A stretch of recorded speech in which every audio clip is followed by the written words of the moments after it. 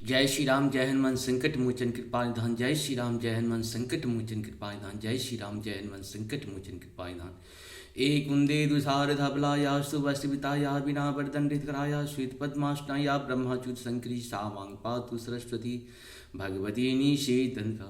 एक कुंदे दुषार धबलाया सुवस्विताया बिना वरदंडित कराया श्वेत पद्मासना या ब्रह्माच्युत शंकरी शामां पातु सरस्वती भगवती निषेधंधकारिणी। ओम श्री परमात्मन ओम श्री परमात्मन ओम श्री परमात्मा। जय हिंद जय भारत में आप सबों का स्वागत है। मैं राम नरेश आप लोग से निवेदन करता हूँ, चैनल को सब्सक्राइब करें, लाइक करें, शेयर करें। सत्य के साथ, सनातन के साथ, धर्म के साथ, विचार के साथ, विवेक के साथ, बुद्धि के साथ, विचार के साथ, विश्वास के साथ रहें। एक चीज़ आज और हम लोग करना चाहते हैं, कहना चाहते हैं कि जिम्मेदारी किसके ऊपर तय होगी। भारतीय संस्कृति सभ्यता संस्कार की रक्षा करने के लिए जो सवेरे खाता है तो शाम के लिए सोचता है उनके ऊपर, या जो अरबपति हैं खरबपति हैं हमारे भारत में उनके ऊपर जिम्मेदारी। तो भारतीय सभ्यता संस्कृति की रक्षा करने की जिम्मेदारी जिनके पास जितना ज़्यादा पैसा हो उनको उतने ही सभ्यता संस्कृति संस्कार की रक्षा करनी चाहिए।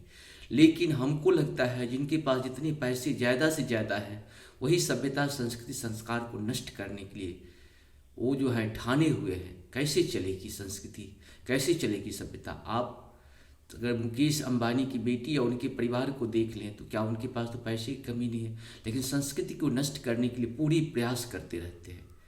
जितने बड़े बड़े लोग हैं उनको अपनी सभ्यता संस्कृति संस्कार की रक्षा करने के लिए पहनावा में सुधार करना बहुत ही ज़रूरी है। हमें सुंदर चीज़ पहनने में कोई आपको ये नहीं कहेंगे। आप जो चीज़ पहनते हो, कभी भारतीय सभ्यता संस्कृति संस्कार के जो कपड़े हैं उसको पहन के देखो, फिर देखो कि तुम्हारी सुंदरता कितनी ज़्यादा बढ़ जाती है। इसीलिए संस्कार की रक्षा करना हम सबों का कर्तव्य होता है, सिर्फ गरीबों का कर्तव्य नहीं होता। जिम्मेदारी तो तय होना बहुत ज़रूरी है कि जिम्मेदारी किसकी तय होगी या सबकी तय होगी। जिम्मेदारी हमेशा सबकी तय होनी चाहिए, कर्तव्य सबको करना चाहिए। कुछ ही लोगों का कर्तव्य करने से काम नहीं चलेगा। आप अगर किसी कार्य के लिए पैसे लेते हो और आपके ऊपर वाले भी पैसे लेते हैं, आपके नीचे वाले भी पैसे लेते हैं, जिसकी चेन है, अगर कोई भ्रष्ट अधिकारी आपके नीचे काम करते हैं तो क्या आपकी जिम्मेदारी तय नहीं होनी चाहिए? एकदम होनी चाहिए। अगर आपके ऊपर वाले कोई घूस लेते हैं तो क्या आपकी जिम्मेदारी तय नहीं होनी चाहिए? एकदम होनी चाहिए। हमारे यहाँ जिम्मेदारी की बात होती है, छोटे बड़े सबकी जिम्मेदारी तय होती है, गरीब अमीर सबकी जिम्मेदारी तय होनी चाहिए। भारतीय सभ्यता संस्कृति संस्कार की रक्षा करने की जिम्मेदारी सभी का है और सबको कहीं न कहीं प्रत्यक्ष या परोक्ष रूप से करनी चाहिए। और उसके स्वभाव में भी ये होना चाहिए। जब तक स्वभाव नहीं होगा तब तक प्रभाव नहीं पड़ेगा। आपको क्या ठीक है, खाने के लिए आप जो खाना है खाइए, खाने में भी भारतीय जो भोजन है उसी को करना चाहिए, शुद्ध भोजन का ही उपयोग करें। और वस्त्र में भी वही पहने जो सबको सुंदर लगे। सिर्फ हमें सुंदर लगता है, कोई आपको भले ही प्रशंसा मुंह पे कर दे क्योंकि पैसा वाले हैं तो आपका विरोध नहीं कर सकते हैं, लेकिन आपको इसका ध्यान रखना चाहिए कि हम जब सार्वजनिक स्थल पे जाते हैं, सार्वजनिक मंच पे जाते हैं तो हमारी पोशाक सुंदर होनी चाहिए, भड़काऊ नहीं होनी चाहिए।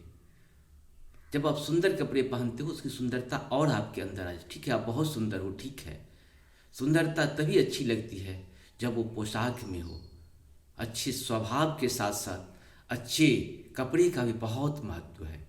इसीलिए हम सबसे निवेदन करते हैं कि अपने कपड़े पर पूरा ध्यान दें और गलत तरह के कपड़े ना पहने, ताकि दूसरों के विचारों में आपके प्रति घृणा हो। क्योंकि कपड़े आप जब पहनते हो तो लोगों की आपके सम्मान में कहीं न कहीं कमी होती है। अगर सुंदर कपड़े पहन के जाओगे तो आपके सम्मान वैसे ही बढ़ जाएगा और आप भारतीय सभ्यता संस्कृति संस्कार के लिए कुछ काम कर पाओगे। आप सबों को बहुत बहुत धन्यवाद है चैनल को सब्सक्राइब लाइक करने के लिए। और कोशिश करें कि संपूर्ण सुने।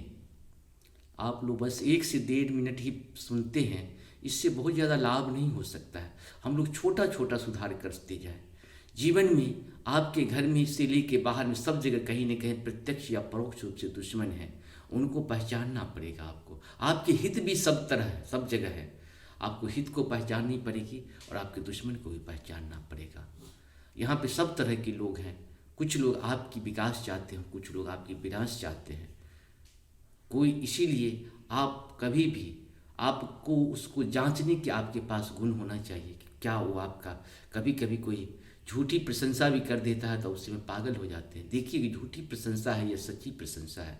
सच्ची प्रशंसा का हमेशा सम्मान होना चाहिए, झूठी प्रशंसा का हमेशा बायकॉट करिए और अपने आप को संभल के रहिए। जय श्री राम। शुरू करते हैं श्री रामचरितमानस के बालकांड के दोहा 8 का संपूर्ण। और भाग छोट अभिलाष बड़ा, करहूँ एक विश्वास, पै हैं सुख सुनि सृजन सब, खल करही उपहास। मंगल भवन मंगलहारी, द्रवंशुत श्रित बिहारी।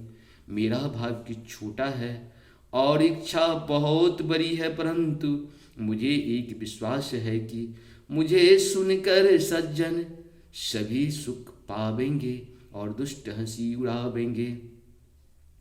कल परिहास हो हित मोरा, काक कहीं कल कंठ कठोरा।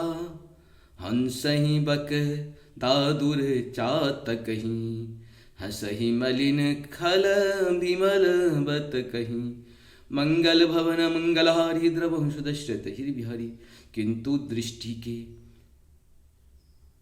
किंतु दुष्ट के हंसने से मेरा हित ही होगा। मधुर कंठ वाली कोयल को कोए तो कठोर ही कहा करते हैं। जैसे बगुले हंस को और मेढक पपीहे को हंसते हैं, वैसे ही मलिन मन वाले दुष्ट निर्मल वाणी को हंसते हैं। कविता रसिक न राम पद नेहु, तिन कहु सुखद हास रस एहु। भाषा भनित भोर मति मोरी, हंसिबे जोगु हंसे नहीं खोरी। मंगल भवन मंगलहारी, द्रवहु सुध श्रित जिने बिहारी। जो न तो कविता के रसिक हैं और न जिनका श्री रामचंद्र जी के चरणों में प्रेम है, उनके लिए भी यह कविता सुखद हास्य रस का काम देगी। प्रथम तो वह भाषा की रचना है, दूसरे मेरी बुद्धि भोली है। इससे यह हंसने के योग्य ही हैं, हंसने में उन्हें कोई दोष नहीं।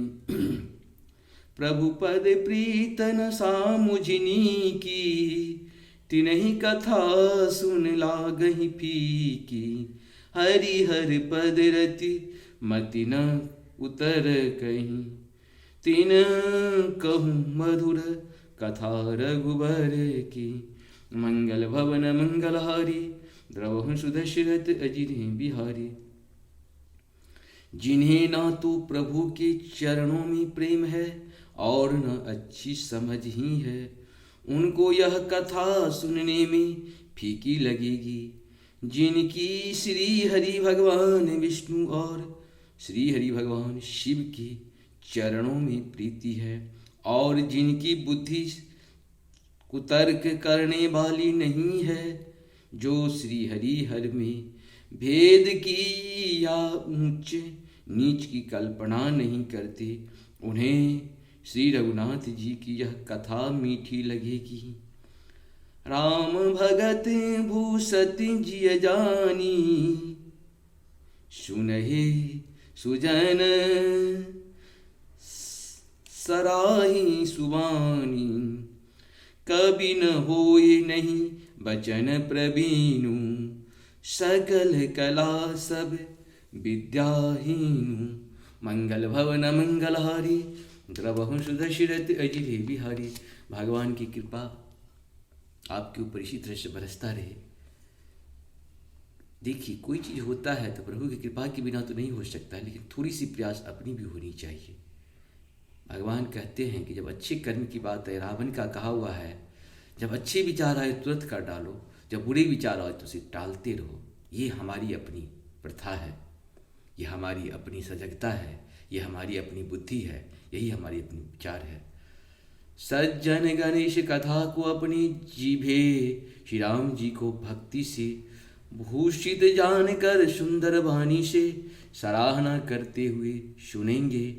मैं न तो कवि हूँ न वाक्य रचना में ही कुशल हूँ, मैं तो सब कलाओं तथा सब विद्याओं से रहित हूँ।